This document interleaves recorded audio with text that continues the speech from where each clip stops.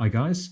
Right, today we're looking at a Sanyo stereo cassette player. This is another vintage portable cassette player from 1987, this one. And this is absolutely tiny. It's one of my other videos, you'll see I do a CX5K JVC cassette deck, which I thought was tiny. But this one is quite a bit smaller than that, in fact. And I'm just going to show you next to a cassette box how small it is. It's actually, if I put the two together, it's actually a little bit less, a little bit lower in size than the cassette box. So it's a little bit thicker. Width is just on the same, but the height, yeah, is just slightly lower. You can see there. So it's absolutely tiny, and they do this because they use a disc motor in this, I believe, which allows it to be very thin, and also it has one of the gum stick batteries. So just show you that. This is the type of battery that it takes. It's because it's flat rather than a double A that the JVC took. It just allows it to be a little bit smaller in size. So I've recently bought this, and I can, when it starts up, I can hear the motors turning, but when we look inside, nothing moves. The capstans don't move at all, so I'm expecting that this needs a new belt.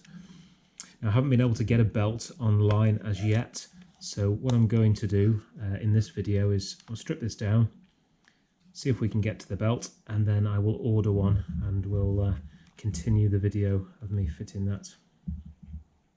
But this is a really nice player. So we've got our controls there. On this side we have metal normal tape. We have our auto reverse mode, and we've got a Dolby B, I assume, noise reduction. Tape direction button. That's about it. But yeah, I do like this. I do like this player. It's all metal by the feel of it. Very thin though. The top lid here is a very thin metal, so it's got a couple of little dents on it, but that's to be expected, I guess, with it being that delicate. Okay, well, let's get into it. I had a look at this already and can spot there's some screws in the bottom here. 1, 2 screws there, one at the end, and one at the back there. So I assume take those 4 out. Hopefully we can get the back off this. So let's do that now.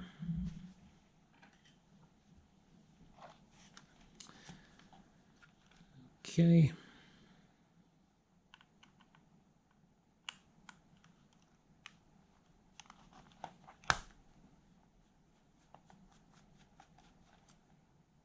Just going to move this light. I'm getting in the way of it with my hands.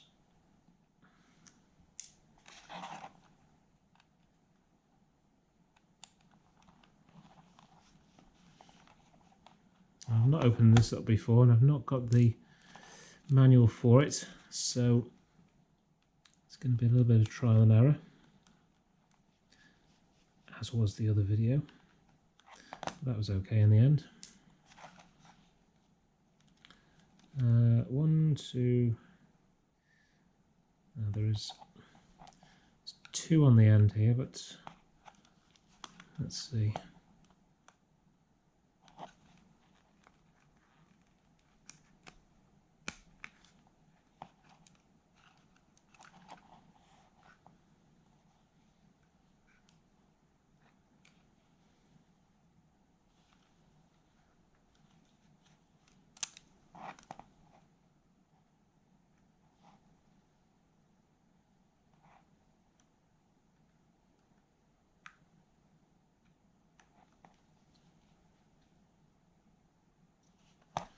A little bit smaller, these ones on the end. I have to get a different... Oh no, it does fit. They are tiny though. Look at that.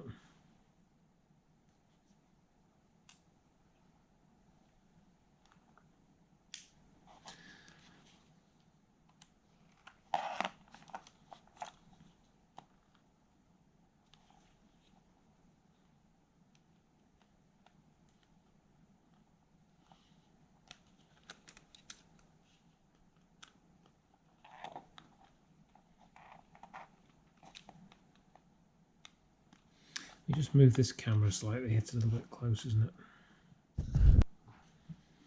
Okay, it's a little bit better. Right. It's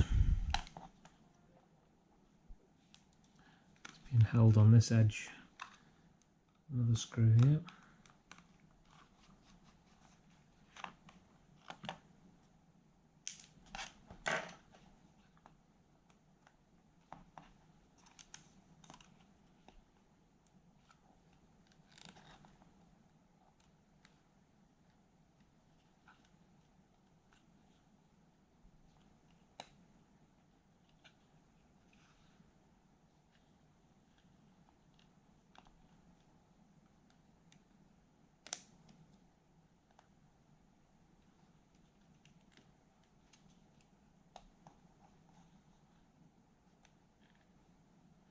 Okay, so all the controls on this side, these are coming through this metal panel, so it looks as though we need to start at this end.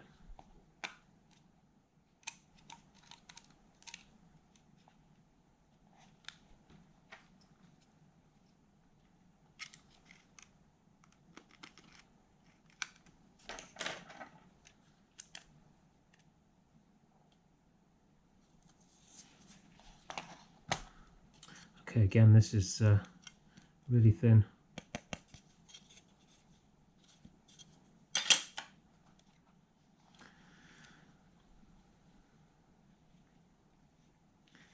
Okay, so I can see the capstan wheels here. One there, one there. And the belt. Yeah, the belt is snapped. I can see the belt loose inside. There it is. So it looks like we need to get this circuit board off next. You can see one screw here. Can't see anything else. The ribbon cable looks as though it's attached to the head mechanism in there, so I expect possibly this will lever up from this end, but let's have a look.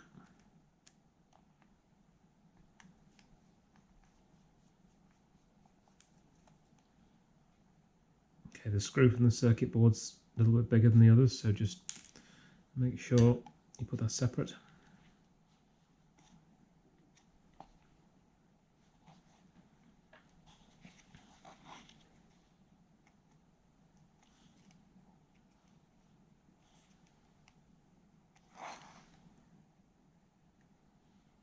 Looking loose there, but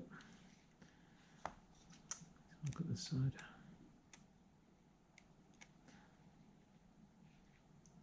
Feels like there's something still holding it together.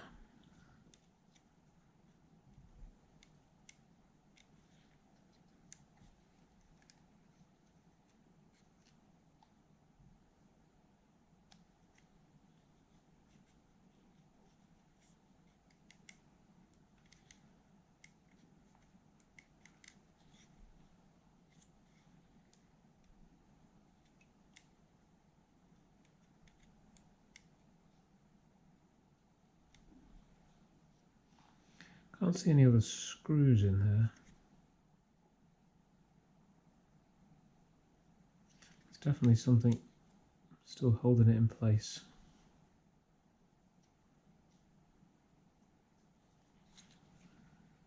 Just bear with me a moment, I'll have a quick look a bit closer and see if I can figure out what that is. Okay, so there were actually another, well, maybe two screws, so they're just, you have a look here. There's a little rubber cap, and there was a little rubber cap on top of that screw, so I've just put the cap to one side. So you need to remove these two little rubber covers, and there's two screws underneath. I suspect that is what is holding it together now.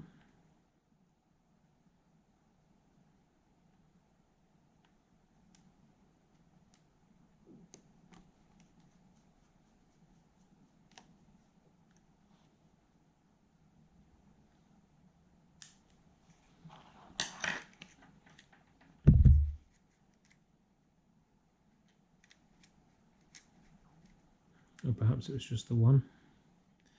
Seems to be a bit freer now.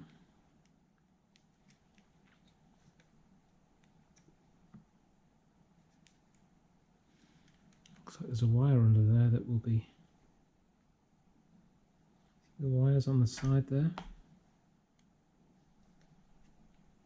seem to be stretching.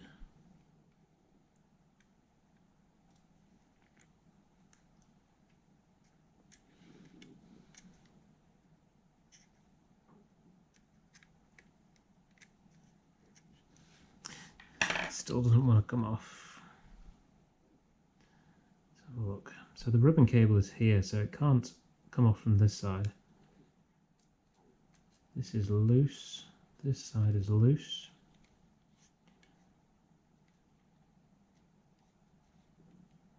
It does look as though those wires there are stopping this coming off any further.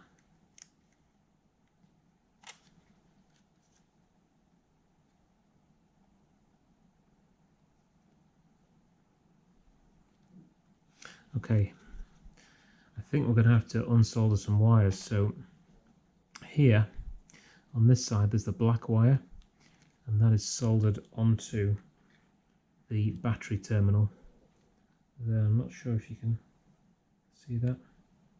It's this wire here, and it comes from the battery terminal and it's soldered just there on the other side of the circuit board.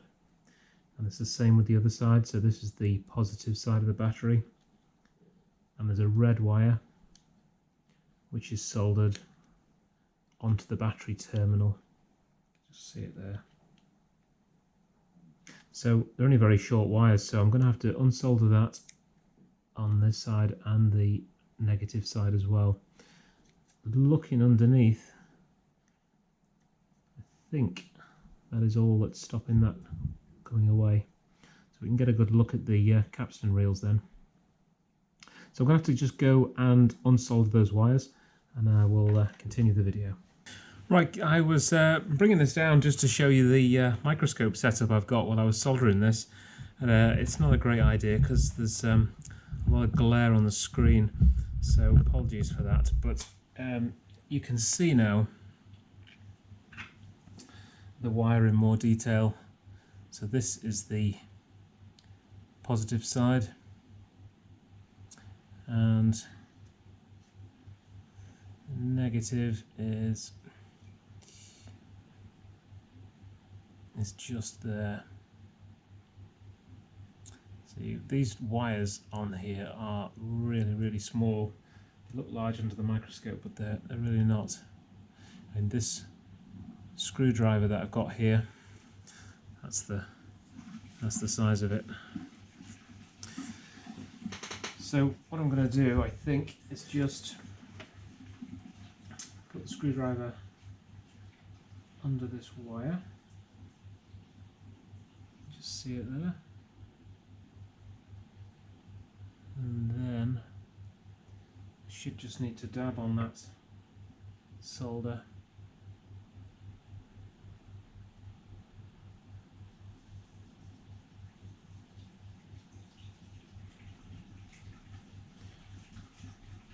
Nope, I missed it. That's got it. Okay, so that one's off. Do the same with the other side.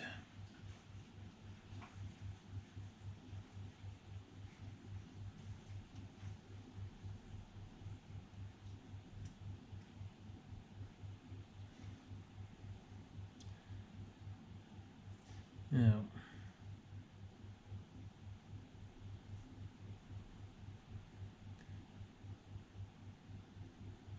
a little bit more tricky, this one, because I can't actually see the wire and the board won't lift up enough to allow me to get into it. So I'm going to have to try and do this as it is.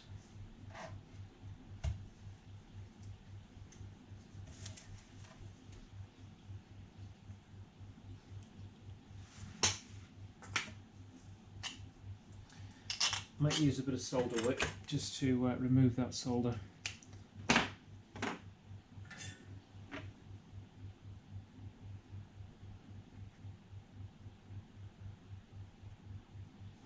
Solder wick looks enormous under this microscope.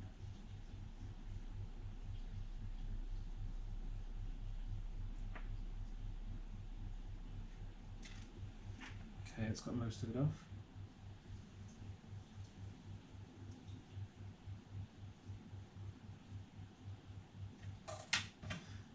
Hit that again.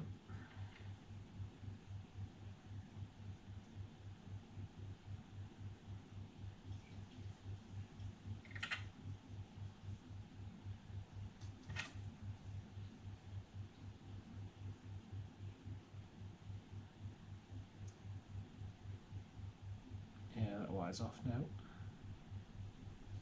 Okay, good. See if this circuit board can come off now. Okay, so I'll just show you this now. There are two wires still holding the circuit board on at this side, but it does allow us enough access. As you can see, we can see the capstan wheels, you can see the motor here, so that is all looking good. Alright, let me take it back to the bench and we'll carry on.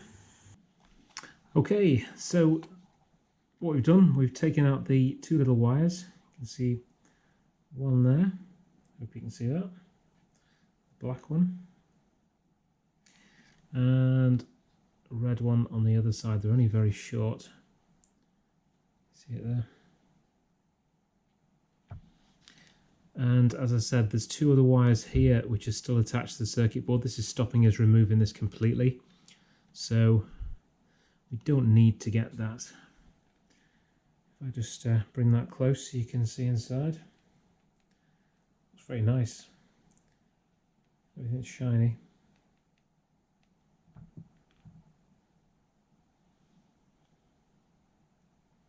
Surface mount components there for 1987. That's pretty good. Okay, so let's grab this. Let's grab this belt.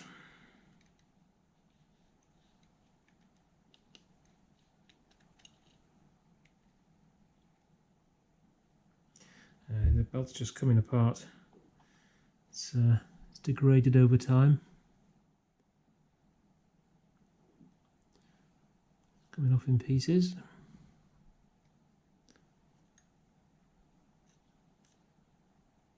It's a bit stuck on the motor spindle. I'm going to get some isopropyl alcohol and just rub all these wheels down, just make sure there's no residue of that belt left. So it looks as though the path it takes is around this motor, around this capstan wheel, straight across, around the second capstan wheel, and then, yeah, it must go around the top of this spindle wheel here. This is for the cassette spindles, and then back to the motor. You can see this motor here now, this flat disc motor. I mean, that must be maybe 5mm high, that motor.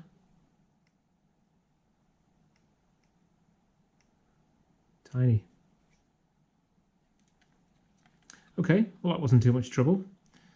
The only tricky bit was the solder in there, but that should be fine to put back. There's actually a little cutout in the circuit board here to allow you access to that solder joint, so as long as the wire's in the right place when you put the board down, you should just be able to re-dab a bit of solder on there.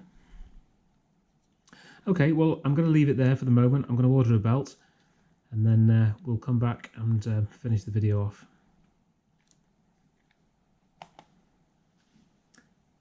Hi guys, right, we're back with the Sanyo JJP4. I've now got myself a replacement belt. Again, this was bought from Deck Tech. I'll put a link in below for this eBay seller.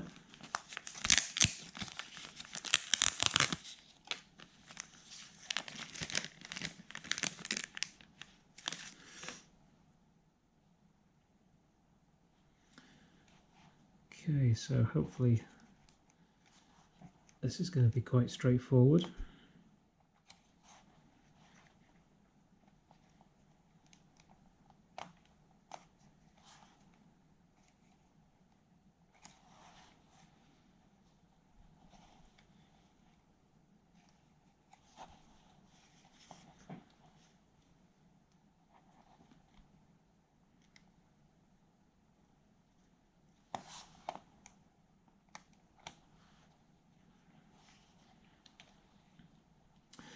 Okay, so as said before, these wires here go into this switch. These can be removed further, but for what I need to do here, if you were just replacing the belt, this is sufficient. You can get to all the drive wheels. So put it around the two capstan wheels.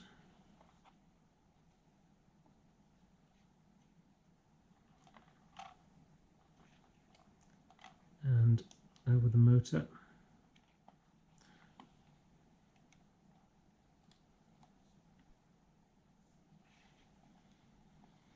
And it needs to go on the top of this pulley wheel here.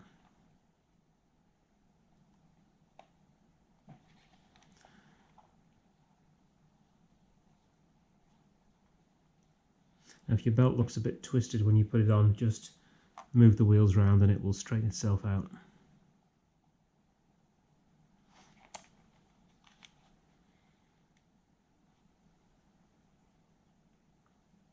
That looks good.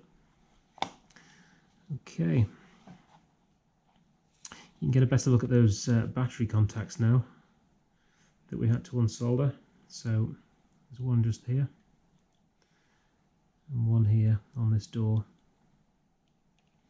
And they solder onto these two wires. Now they are very short. These, there's the black one here for the ground, and there's a red one just there.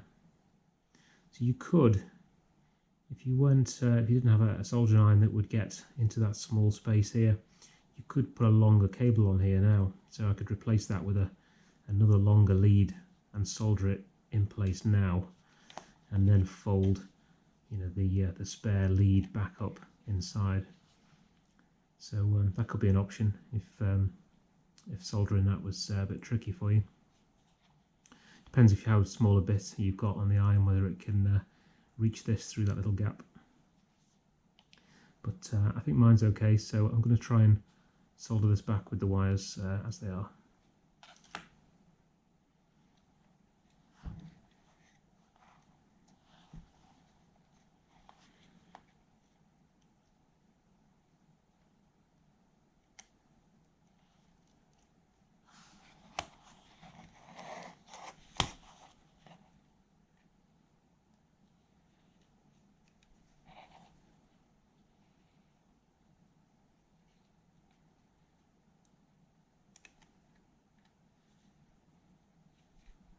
Just make sure it's all flat, make sure the switches are back in their recesses.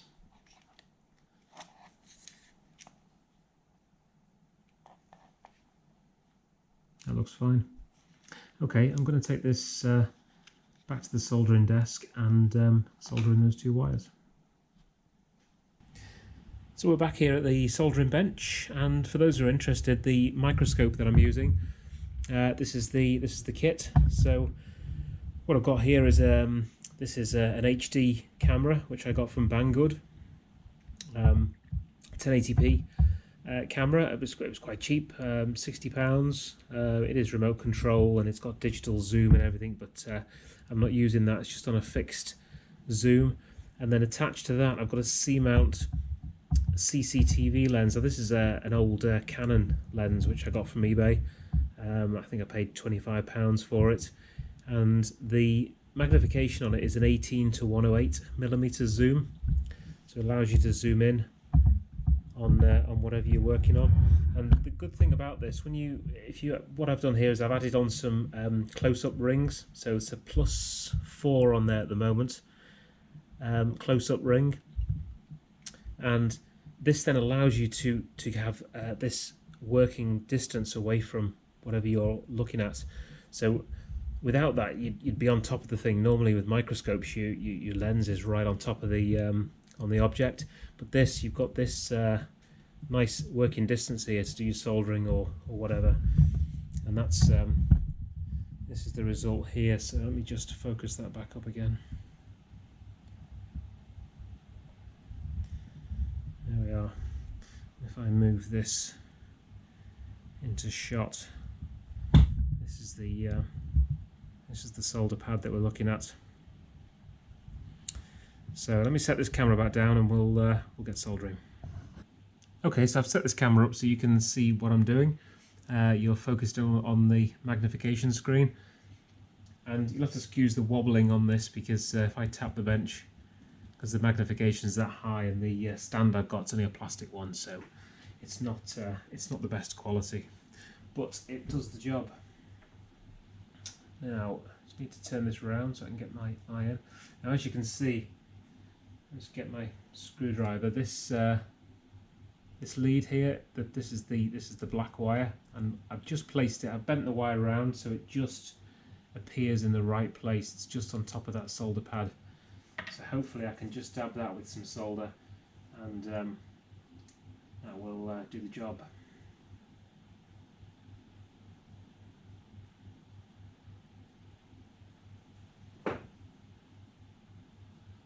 It looks good. Okay, let's go to the other one. So there it is, and again I just position this wire. I just move it slightly. You'll see there, I've just positioned the wire just on top of that solder pad. So hopefully again we can just touch it on the iron and it should be that.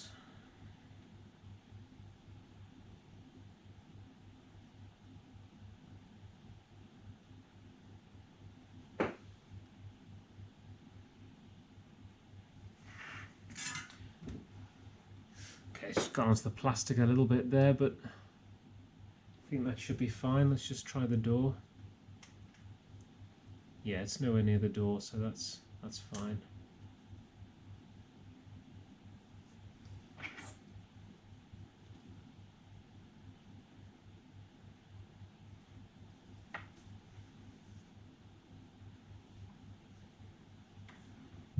So I did just go over that solder joint again. The solder had actually come across onto this plastic piece here at the side, so I just retouched that and took off the solder from this plastic.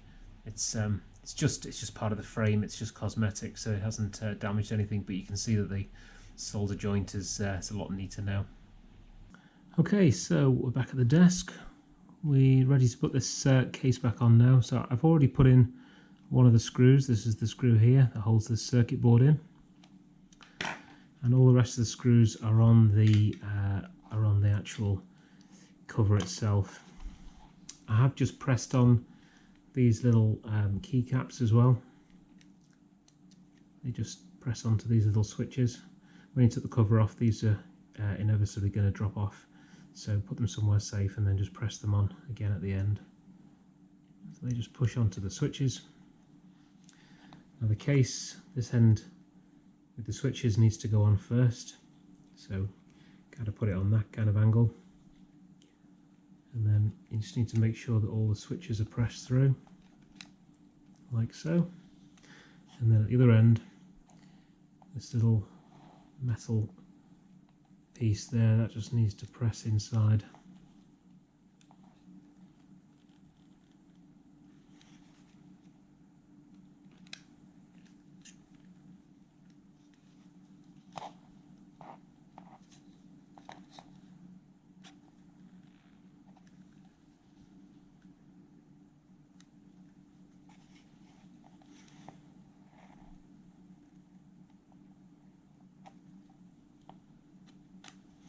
I think it might just be slightly bent inwards. I'm just going to move it out a little bit.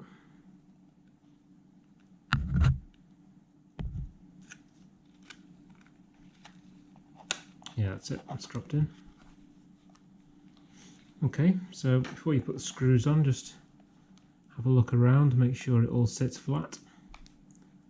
Make sure the switches work, the volume. Yep. Okay. So, tube screws go in the back of the case.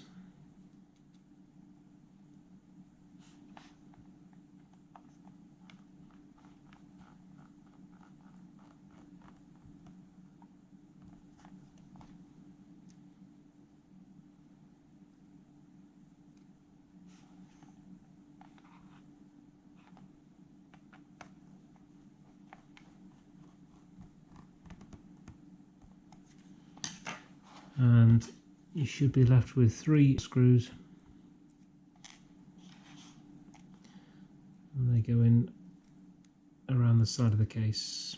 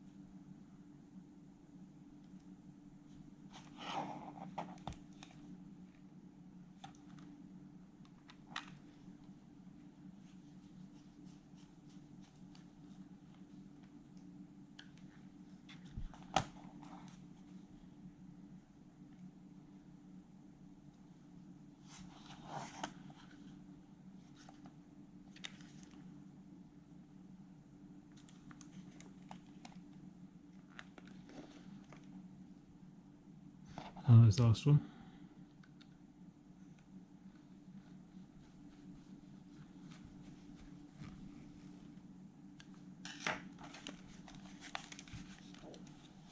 Okay.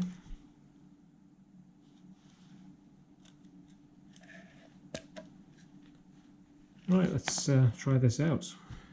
Okay, I've put a new battery in and a tape, and as you can see it's turning around now. It wasn't doing that before. So it looks as though this is sorted. You just get some headphones.